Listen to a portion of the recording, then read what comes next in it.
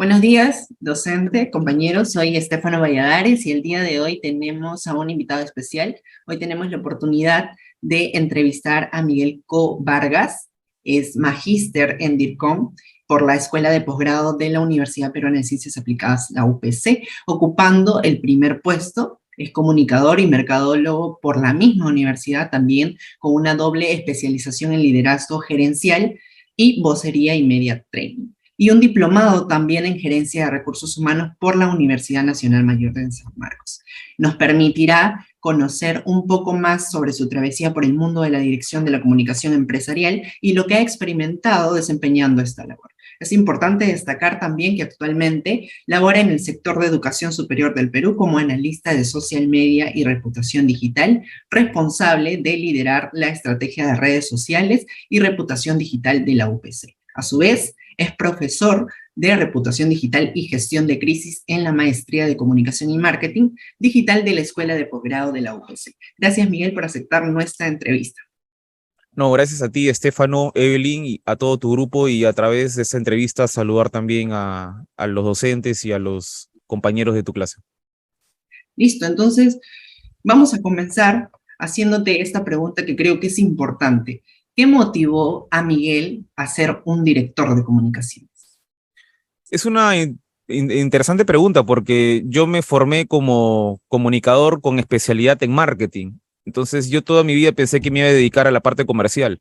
Sin embargo, cuando empecé a hacer mis prácticas preprofesionales, entré a trabajar a una pesquera en el año 2017 más o menos.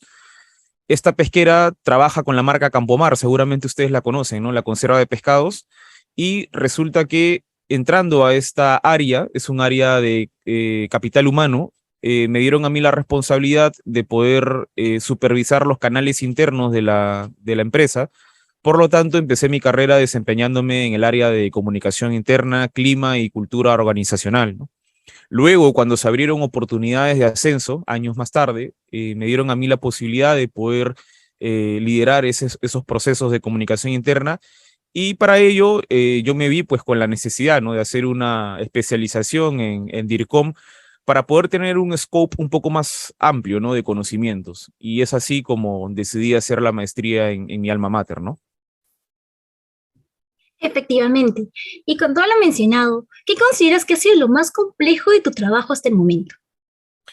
Bueno, a lo largo de mi carrera profesional he desempeñado actividades en las tres esferas de la comunicación estratégica que menciona Iván Costa en su libro El DIRCOM como estrategia global. Es decir, el DIRCOM se divide en tres esferas que son la comunicación mercadológica o orientada al área comercial, la comunicación institucional, que se le conoce también como comunicación externa, y la comunicación organizacional, que es la comunicación interna. Yo he trabajado en estas tres áreas de la comunicación, y yo te diría que lo más complejo de abordar en estas tres áreas es la que actualmente desempeño, ¿no?, como líder de la estrategia de redes sociales y gestión de crisis de la universidad en la que laboro, porque gestionar una crisis es algo muy complejo, es algo que no se aprende en la universidad, es algo que uno lo va aprendiendo en el día a día y también a través de la resolución de los casos, ¿no? Mientras más esté el ejecutivo de comunicaciones entrenado en la resolución de casos de crisis, uno va desarrollando ese criterio y esa capacidad para poder abordar los problemas futuros asociados a la reputación, ¿no? Efectivamente, ¿no? Y si bien es cierto, el director de comunicaciones, como tú lo mencionas, es quien asume pues esa responsabilidad de tanto de definir como de concretar también una política de comunicación corporativa. Y es por eso que te hago la siguiente pregunta. ¿Cómo maneja las situaciones de crisis un director de comunicación? Bueno, lo primero que hay que hacer es trabajar la parte preventiva, ¿no es cierto? Y el problema es que muchas veces las empresas creen de que las crisis se solucionan con estrategias de comunicación. Y la comunicación no es nada más y nada menos que una herramienta que permite gestionar la crisis en un momento determinado. Sin embargo, la crisis tiene etapas, la crisis tiene fases. Y la etapa más importante de la crisis, por supuesto, es la etapa preventiva. No necesariamente tenemos que nosotros concentrar nuestras estrategias en los momentos más álgidos de una crisis, sino más bien trabajar en la prevención. en la identificación de actividades o de riesgos que puedan desencadenar justamente en estas crisis. La mayoría de las crisis, como les comparto a mis alumnos en la maestría, son situaciones que uno las puede prever. Y si uno las prevé y las puede atacar, ¿no? De manera preventiva, muchas veces uno puede evitar de que estas crisis se desencadenen. Entonces, la manera más importante a la hora, ¿no?, de poder gestionar una crisis es trabajar en la estrategia preventiva. Luego, es súper importante de que la empresa cuente con protocolos de atención frente a la crisis, y para ello el comunicador se vale de diferentes herramientas, como puede ser el manual de crisis, ¿no? Las políticas de atención y también intervención en casos de crisis concretas, y tener comités bien constituidos, bien formados, con procesos muy definidos, ¿no? Y también con los lineamientos actualizados, ¿no? Esto también sucede mucho en las empresas que como no están con crisis a lo largo de un tiempo determinado o bastante extendido, descuidan la parte de la actualización de los lineamientos, ¿no? Que es muy importante, ¿no? Efectivamente, como usted dice, ¿no? La comunicación es como que un mediador, más no es una solución exacta. Ante eso, bueno, viene la siguiente pregunta. Si su organización realiza una rueda de prensa por un determinado motivo, sea por una actividad, por una festividad o cualquier otra, ¿qué papel juega usted en esta circunstancia y cuáles son los pasos que sigue? Bueno, desde el rol del DIRCOM, el papel que uno juega en una rueda de prensa, en primer lugar, es asegurar que los mensajes clave o los objetivos, ¿no?, por los cuales se ha convocado esta rueda de prensa puedan ser cumplidos, ¿no? Y para ello el comunicador responsable de esta rueda de prensa tiene que ser capaz de poder primero invitar a los medios de comunicación que sean más ad hoc con el tema que se está discutiendo, y sobre todo con los objetivos, ¿no? Cada medio de comunicación tiene un perfil diferente.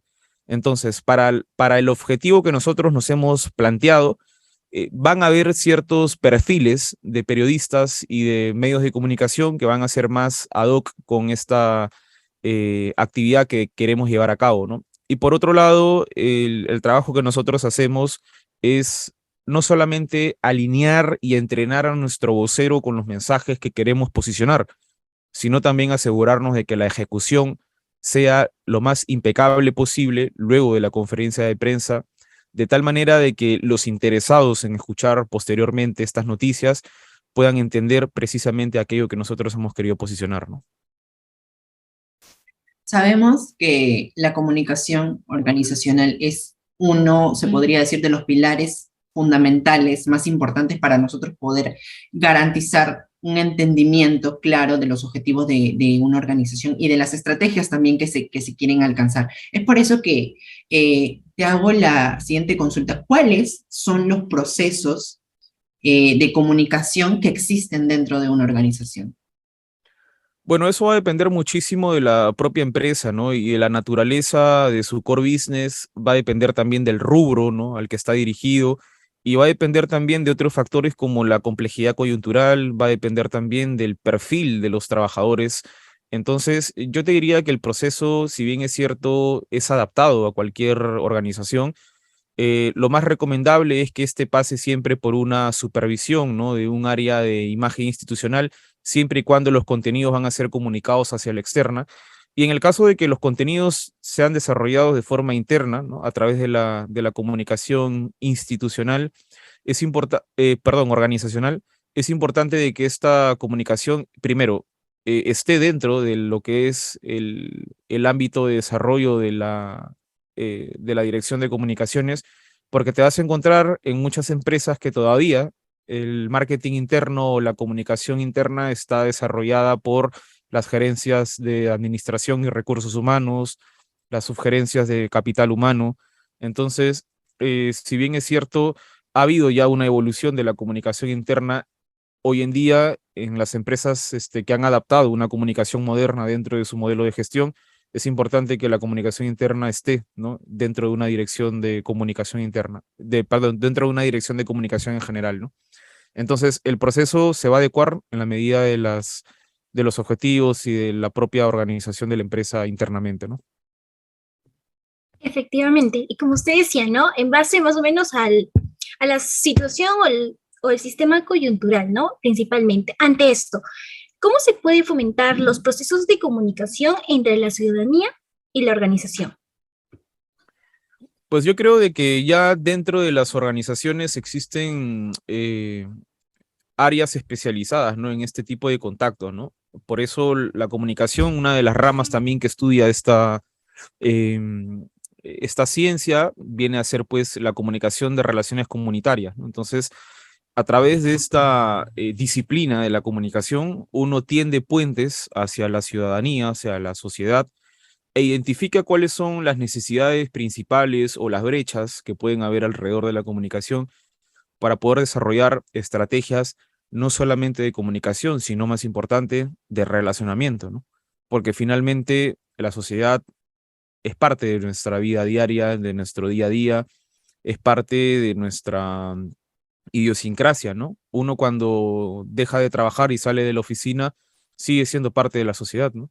Por tanto, las marcas necesitan tener hoy en día un contacto muy estrecho con la ciudadanía, de tal forma de que, entendiendo cuáles son sus puntos álgidos, ¿no? En cuanto a sus sentimientos, a sus necesidades, poder establecer estrategias que favorezcan, ¿no? Al desarrollo de la organización, ¿no? ¿Y qué nos podrías decir o nos podrías mencionar cuáles son los canales de comunicación que emplean los directores de comunicaciones con los periodistas? Bueno, la principal disciplina o canal a través del cual nosotros nos contactamos con los periodistas son las relaciones públicas, ¿no? El PR es el medio más adecuado, ¿no? Para poder establecer un relacionamiento con los medios de comunicación, con los periodistas, ¿no? Pero si te refieres más al tema del contacto, o sea, cómo contactarlos, pues hoy en día en el mercado existen agencias, ¿no? Que te ayudan, que te facilitan ese contacto y que están más familiarizadas con el día a día, ¿no? Del devenir propio del medio de comunicación, ¿no? Y muchas veces en los medios cambian constantemente a los periodistas, cambian constantemente los flujos, ¿no? Por la misma velocidad de la información, ¿no? Que todo el día va evolucionando, va cambiando y requiere, pues, ¿no? Que nuevos perfiles profesionales puedan adecuarse a esa carga y a esa demanda. Por lo tanto, yo te diría de que las relaciones públicas es la primera disciplina, ¿no? Que nosotros empleamos para poder abordarlos, ¿no? Efectivamente, y como dice todo, ¿no? Como hay que tener en eje que la comunicación digital en sí va a ser fuente potencial en un futuro. Es ahí donde viene esta pregunta, ¿no? ¿Cómo potenciar la comunicación digital en las organizaciones que hasta ahora se han identificado con la comunicación alternativa para sus organizaciones? Bueno, lo que tenemos que entender hoy en día es el perfil de nuestro consumidor, ¿no? O sea, si tú no comprendes de qué forma tu cliente, tu usuario, tu paciente o simplemente tu interlocutor está consumiendo, no vas a poder abordarlo de una forma efectiva, ¿no? Y para eso es necesario los estudios, ¿no? De investigación que te dan una idea de lo que el cliente o tu perfil meta está consumiendo a nivel de medios, ¿no? A nivel de canales, a nivel de categorías, ¿no? De consumo de productos. Entonces, entendiendo tú de qué forma tu interlocutor se está comunicando o de qué forma está consumiendo medios, tú vas a poder desarrollar una estrategia de comunicación digital efectiva, ¿no? Por ejemplo, si en una universidad nosotros hablamos principalmente a jóvenes, debemos ser conscientes de que hay ciertos canales de comunicación y hay ciertas redes sociales que van a ser predominantes sobre otras. Por lo tanto, yo tengo que adecuar mis estrategias para poder hablarle a ellos a través de estas redes, a través de estos canales, y de esta forma uno va construyendo también una preponderancia, ¿no? De la comunicación en la medida de que uno intenta posicionar los mensajes en diferentes rubros, ¿no? Y bien, para ir terminando ya con la entrevista, queremos hacerte esta última pregunta: ¿de qué mensaje le darías a los futuros directores de comunicaciones que se están formando? Es una bonita pregunta porque creo yo que cuando un joven ingresa, ¿no? A este mundo de la comunicación y recién está empezando, a veces uno quiere abarcarlo todo, pero al mismo tiempo no termina de especializarse en algo concreto, ¿no? Entonces yo lo que le recomendaría a este joven es conocer todo el espectro de la comunicación dentro de una organización.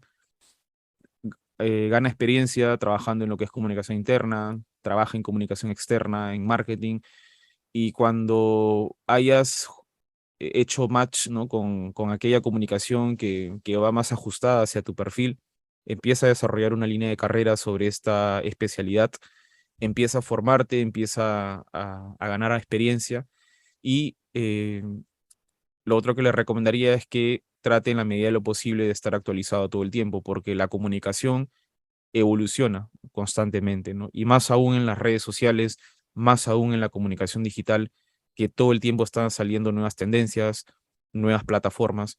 Por tanto, es imprescindible, ¿no? Que el joven que quiere tener una carrera exitosa en las comunicaciones domine al derecho y al revés el día a día de la comunicación. Y para ello va a ser necesario también aprender a ser un usuario de las redes, ¿no? O sea, no basta con hacer una excelente estrategia en TikTok si es que tú no tienes un TikTok y si no eres un consumidor de este canal. Es importante ir más allá, involucrarse con el manejo de las plataformas, y finalmente la última visión que les quiero compartir es que el comunicador que quiere llegar a convertirse en un DIRCOM debe tener un pensamiento holístico, ¿no? Debe ser capaz de tener una estrategia cohesionada, integral, que no solamente se dedique, ¿no? a un rubro específico de la comunicación, sino también que aprenda a ver la organización como un todo, de tal forma de que las estrategias que uno proponga estén siempre alineadas con el propósito de la organización, y finalmente pueda conseguir de que la reputación de su empresa sea súper valorada en el mercado y dentro de su audiencia, ¿no? Bien, gracias Miguel, ha sido gratificante tenerte con nosotros, conocer un poco más de tu experiencia, desde tus conocimientos académicos también, el que hayas respondido a nuestras consultas realmente es importante para nosotros en este proceso de aprendizaje también. Nada, No, una gracias vez a ti. más, gracias por parte de todo el equipo y los mejores éxitos siempre. Muchas gracias, un saludo muy cordial para todos y hasta la próxima.